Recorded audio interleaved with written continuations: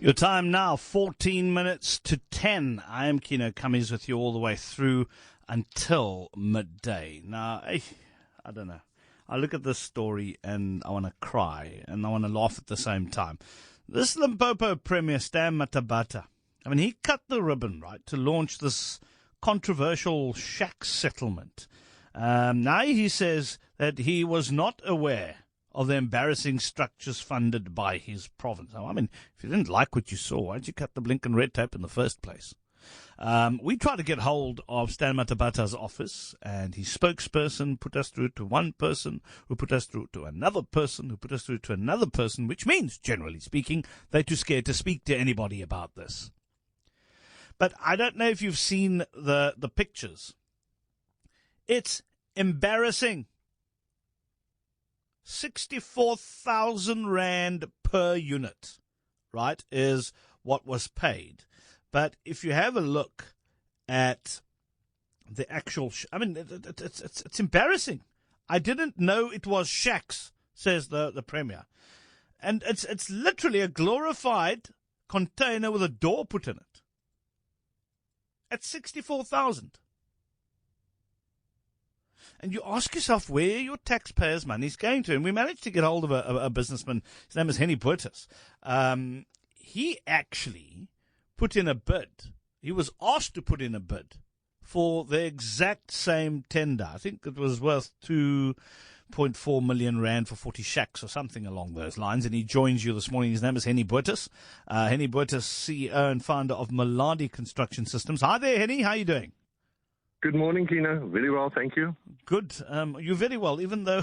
Okay, well, we'll talk about this. But I mean, is this the same one we're talking about here? 2.4 million rand tender for 40 shacks. Kieno, that's only the beginning. The total value of the emergency shelter for Limpopo is 15 million. So this is the first 40 units that's gone up, and it's obviously drawn a tremendous amount of attention for wasteful expenditure. Okay, so talk to us in more detail. You do construction.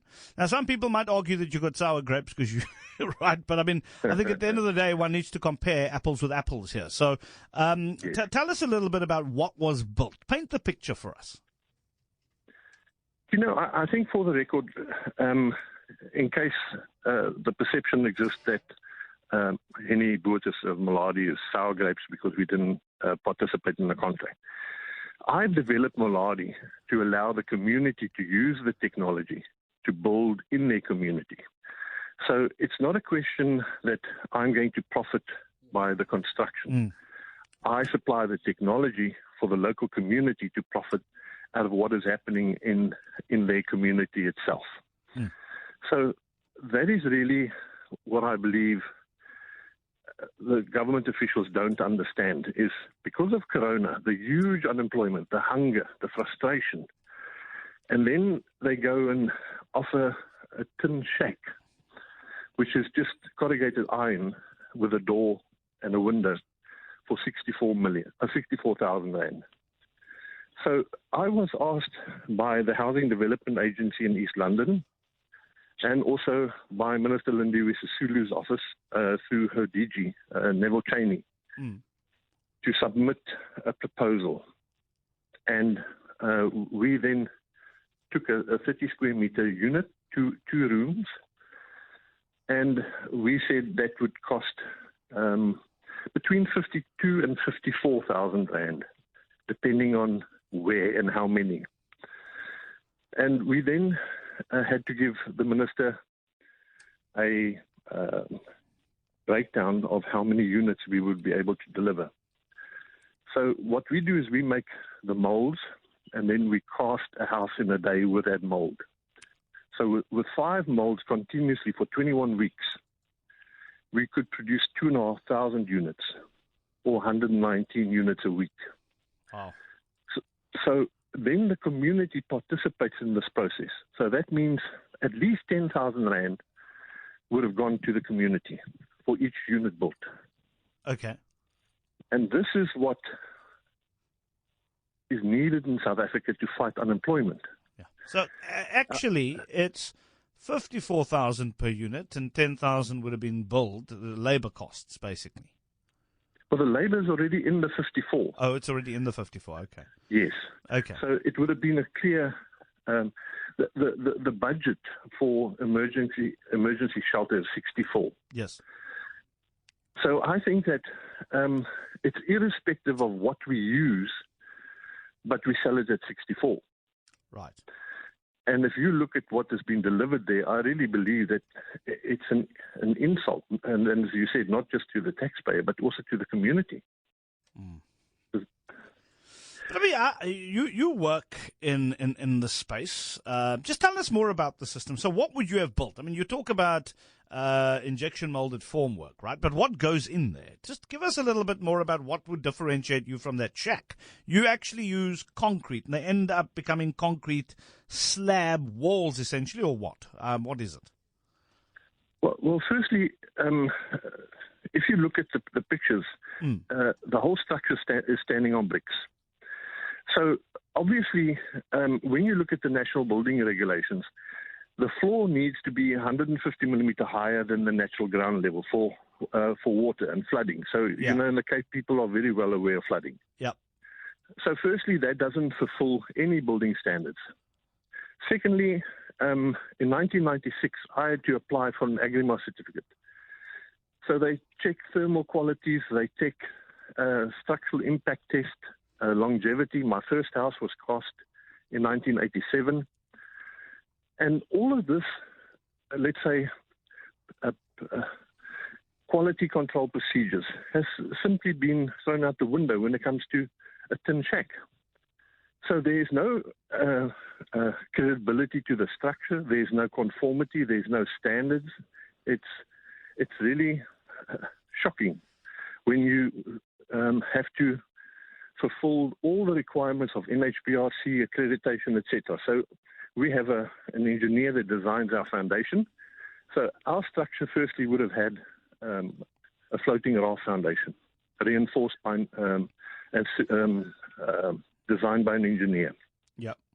Then we erect the formwork, and we cast an aerated mortar, which is just river sand and cement, into the formwork. But between the formwork, we have the window frames, the door frames, and reinforcing. So when we remove the formwork, the superstructure is finished, and that's the next day. Then we have to put the roof, we glaze the windows, and we hang the door, and we paint the walls. So we give ourselves a week for the foundation to cure, and then a week to finish the first unit. But because we cast a foundation every day and superstructure every day, it means that after 2 weeks, we complete our first unit, and 2 weeks and 1 day, we complete our second unit. And 2 weeks and 2 days, we complete our third unit. So the production process is very much like the automotive industry. And the proposal to Minister Lindiwe Sisulu that I had with her on the 30th of January is for the local community to create cooperatives. And then the cooperatives would apply for their housing subsidy. And the subsidy then would go to the cooperative, and we would train the cooperative to build their own structures. And this becomes very much, even in the Western Cape scenario, a buffer between Councillor Bowie fighting land invasion versus giving the people the ability to develop their own townships. So why is okay? So how much traction have you received on this in the country so far? Zero. Nothing. Nothing. And people are building shacks. Yes, and people are angry. People are land invading. I can't believe it. So there's no proactive movement to change the way that we deliver. So, we export to 22 countries. So the other countries we export to don't have the same infrastructure South Africa has. So currently, if you look at blocks and brick production, I always say brick and block production is the result or is the cause of the huge backlog. We need to change the way we deliver homes to address the 3 million house backlog. We cannot do the same thing and expect a different result. And this is really what I want to do. So it's not a question of Muladi building. It's Muladi presenting a technology. I mentioned, because on your website it also shows that you've built, I think, internationally. What sort of stuff have you built? I think there's a courthouse or something that you built as well. That's correct. In Tanzania, we were awarded 16 courthouses funded by the World Bank. So the World Economic Forum wrote a report or case study on Muladi, and they called us the future of construction. So when we went to Tanzania, we trained the local community to use the formwork, and each of the courthouses were 1,600 square meters. So Muladi is not designed for poor people. It's designed as a building system, in a sense, a superior building system to brick and block, because you don't mold a brick or a block in a mold and then use mortar to stick them together. My mold is the mold of a whole house with reinforcing in it. Maybe you should start offering bribes, Hennie, and that's where I start listening to you, because that seems to be how government does stuff these days. Then I can't sleep. Yeah, that's crazy. I mean, I don't know. I mean, I've checked it out, the Muladi website. It seems to be really, really good quality stuff. I know we spoke to you some time ago around this, and I remember you saying to us when we did the interview and this technology first came to our attention that you could reuse the mold. So if you do a standard home of what, let's say 30 square meters, right? And it's stock standard for each and every one. You don't have to go and recast that. You can actually use that mold to build another one. I don't know how many times, but I believe it's 20, 30 times. I don't know how much. How many times can you reuse a mold then? That's the beauty about what we do. Is if when we ship the molds to another country, the cost of the shipping is divided by 50 reuses. So in a container, we can pack 4 molds, let's say for a 50 square meter house. That means we can build 200 houses with 1 shipping cost. So it's all to do with productivity. It's all to do with assembly line concept, like the automotive industry. Yes. So we have really alliance partners that share the vision with us. So our supply chain, or, in the automotive industry, they call it OEMs. Yeah.